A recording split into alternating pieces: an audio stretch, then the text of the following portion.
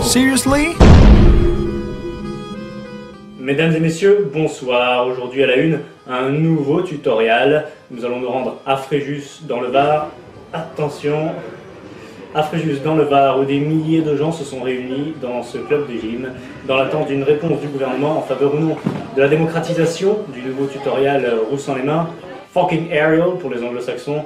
Je rappelle aux âmes sensibles que fucking est un mot employé de façon tout à fait familière en anglais et qu'il ne constitue absolument pas une insulte. Revenons-en au mouvement, la rousse en les mains, c'est très simple. Il suffit d'impulser, de bien écarter les jambes et d'atterrir en toute légèreté.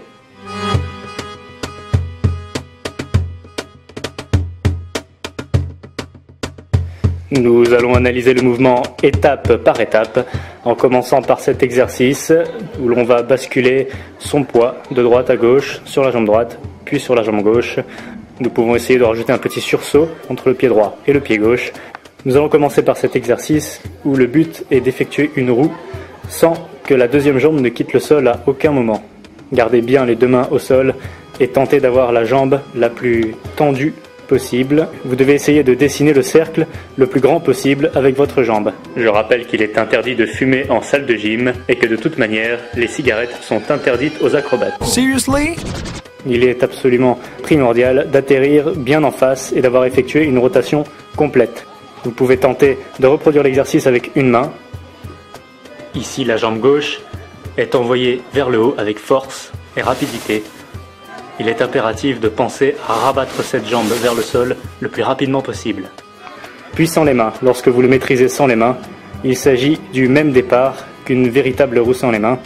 Il vous suffit donc d'appliquer la même énergie lorsque vous jetez la jambe et la deuxième jambe suit.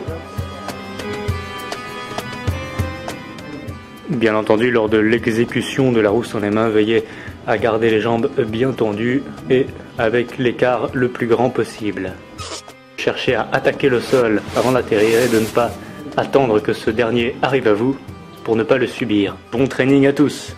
Je rappelle à nos chers internautes que ce tutoriel ne sert à rien et qu'il est interdit ne serait-ce que de tenter cette acrobatie chez vous ou dans une quelconque salle d'entraînement. Merci de nous avoir suivis et à demain.